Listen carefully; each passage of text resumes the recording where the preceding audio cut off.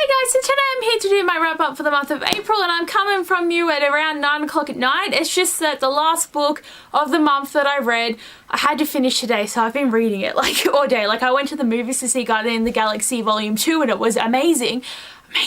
But I had to read and finish the book so then I could do a full wrap up of saying that I've read 10 books this month, and I have. I'm so proud of myself. I've read 10 whole books. Like, I can't believe it. Like, I did have a readathon at the beginning of the month that helped a lot, but like, I read 10. I'm just so proud of myself that I read so many, and I just can't wait to show you what I read. So the first 5 books will be familiar if you saw my wrap-up video for the Read Your Bookshelf from Volume 10, but I'm going to show them anyway. So the first book I read was Cruel Beauty by Rosamund Hodge, and this was great. I just really needed a Beauty and the Beast retelling after seeing the film, and this was just beautiful. Like, it was really well written and a very nice story. It's just something in this that just didn't give me that sense of that I just wanted. Like, I just can't wholly be in love with this book. I only gave it 4 stars on Goodreads. Like, I don't know, it might have just been the pacing or just maybe the characters. Like, I did like the characters, like the writing in this is beautiful and the plot was great, but it was just missing something for me and I don't know what it is. Then I followed that up by reading Crimson Bound, also by Rosamund Hodge, and I think I liked this one a smidge better. And everyone's all like, Cruel Beauty's better and Crimson Bound shit, but I liked this. This one is actually a lot bigger, a lot more story to it, and I just really liked Rochelle in this as the main character, and she was great, and the Red Riding Hood elements I didn't really see except for her having a red riding cloak and a grandma, but I don't know, it was just really interesting, a great story idea, and like, I just really liked it. Then I read Nerve by Janine Ryan, and this book was a pretty average read for me. Like, I saw the movie before I actually read the book, and the movie I really enjoyed, and the book wasn't as great. And I know people say you gotta like look at them differently, and I am, but it's just, it seemed like with this book it was just people doing stupid shit like for money. Like, it just wasn't as cool as in the actual Nerve game. It was just, it was more interesting in the movie than the book, and just the characters all pissed me off, and there's a lot of extra characters, and the challenges are all different and just stupid. Like, it's just an average read that I probably will forget about. Then I read The Crowns Game by Evelyn Skye, and oh my god, this was so good. I was so happy to read this book finally. Like, I've had it sitting there for a while and I've been seeing it hyped up or everywhere, and The Crown's Fate is coming out next month and I'm ready for this book. But I just really love the story of this and the elements and the battle and just the Russian and just the magic. It was so good. I'll link my book review that I filmed for this if you want to check it out down below. Then I read 26 Kisses by Anna Michaels, and this was a pretty adorable book. The plot for it was really interesting, having the idea of that you had to kiss 26 guys with their names like starting with each letter of the alphabet, and she had to kiss different people and no strings attached and all that. But I just really love the story idea of this and the characters and the growth. There was a bit of slut shaming in it though that like was just, it's like it is part of the world, but it's not fun to read all the time. But it's just a very cute contemporary, and it was pretty fluffy duffy, and like Killian though. Is the best ever. Then I read The Iron Trial by Holly Black and Cassandra Clare, and this book was okay. Like, it's just a first book, so I feel like hopefully the series will get better. It does feel very Harry Potter-ish, and even though people have, like, I've got mixed reviews, people saying it really is like Harry Potter, it really isn't, but just for me, it felt like Harry Potter, but it did have a twist to it that's different than Harry Potter. I did like the magic and this, like, the way everything was done and the systems that were used in this, but it was a bit rough, and the main character, Callum, was a bit of a little shit.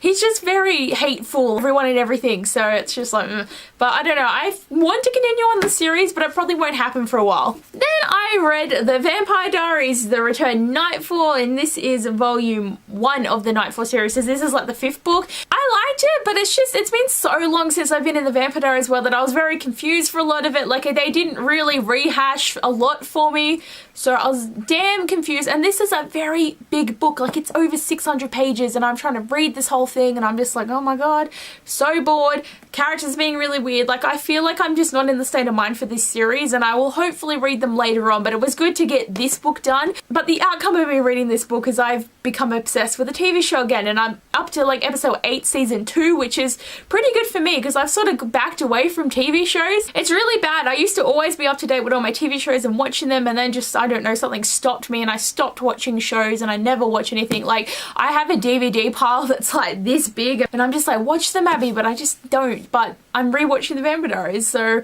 yeah, but I do have 2 seasons I own that I haven't actually watched yet, so it's kind of like I'll get to them eventually, but still the book was okay, but it was pretty average. Then I read Poison's Kiss by Brianna Shields, and this was one of my anticipated reads for the year, and I really enjoyed this. Like, I saw a few negative reviews that kind of hindered me in my readings. It's just that I lowered my expectations a bit, but I was pleasantly surprised that I did enjoy this book. Like, it isn't the best written thing ever, and not the best story or the best characters, but it's not like it's unpleasant. Like, I really did like where the plot went, and I am excited to read the next book and see what happens even further. And I also have a book review that I'll link down below for this book. Then I read On the Fence by Casey West because I just needed to. It was just looking at me and I'm just like, I need this contemporary. Like, I read it in like a 24-hour period, so it was so good, but I really like this story. It's just adorable. Casey West writes most adorable contemporary stories ever, so it's just, I loved reading this. Having this girl that's such a tomboy get thrust in the world of makeup and fashion and girls, and it was just great seeing that story development and just it was a great book. Like, it's really good fluffy duffy contemporary that everyone needs to check out. And the last book I read was Strange the Dreamer by Laini Taylor. This is the book that I read 200 pages of, and it was very hard to get through. I have to say, like, I don't even know how to feel about this book. Like, I liked it, but Laini Taylor has such descriptive writing that I'm not even sure if I remember what I read. It was just a very dense book for me, and there's so many titles and names and stuff you gotta remember. Like, I really liked Daughter of Stoke and Moan better. Like, I feel like this really is a 4-star read for me because I was very confused for most of the book. Like, I know the general idea of what happened, but I'm still just like, what? I don't know, but I'm just so happy to read it, and like, it's beautiful. So I finally, like, this was another anticipated read, and I am happy I read it, but I was just hecka confused and just, I don't know. Like, I do want to read The Muse of Nightmares, which is going to be the second book, which I hopefully will elaborate more on the story and have a lot more fun, but like, it was just a very dense and heavy book to get through, and it took me about a week to read this, and then I was powering through the last quarter of this book today, and I finished it so I could put it in the wrap up. But this was my wrap up for the month, and I can't believe I read this many books. I was just like, what? Look at all I've read! Yes! I'm so freaking excited that I read so much! And I also read my 2 TBR books for the month, which is very exciting. And I also read all the books for my book club picks this month, so I'm acing it this month. I did it. I got it this month, and I'm very happy with myself. And guys, are you ready for the most exciting thing?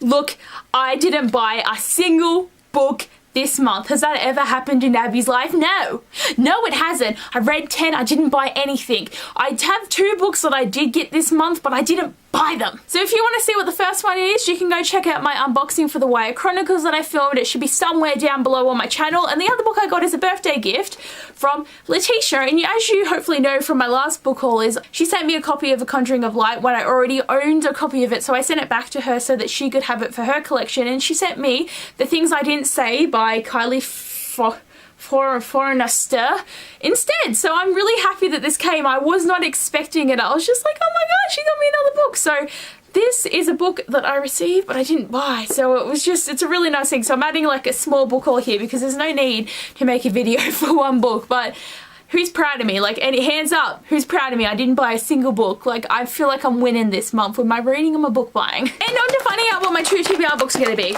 It keeps getting lighter every month, and every like couple of months I go through it and see which ones I've read without actually having to pick them out, and sometimes I'll pull out like 10 and I'm like, yes, winning. But I think I've shaken this enough, so let's see. Okay. Ooh, lucky dip. I'm so excited. I just can't hide it. Got like 50 in my hand. Let go. Okay, I got 2 and I'm excited. So the first one is The Secret Circle, The Initiative and The Captive Part 1 by L.J. Smith. I'm getting all the L.J. Smith books at the moment, like what even? And the second one is Hidden Among Us by Katie Morgan. This one's about angels. I've had it sitting up there for like ages, so I need to read these. These are 2 good ones. So The Secret Circle and The Vampire Diaries are like a series that I would have read probably years ago, and now that there's so many other better books out there, I don't mean to be mean about it, but really, like, these books were written like 20 years ago, and there's all these other new books that I could be reading, but I need to read them. This is helping me read those books that have just been sitting there for a while and I have not read them. But anyway guys, I hope you'd enjoyed this wrap up video, and thanks for watching, and I'll see you later. Bye!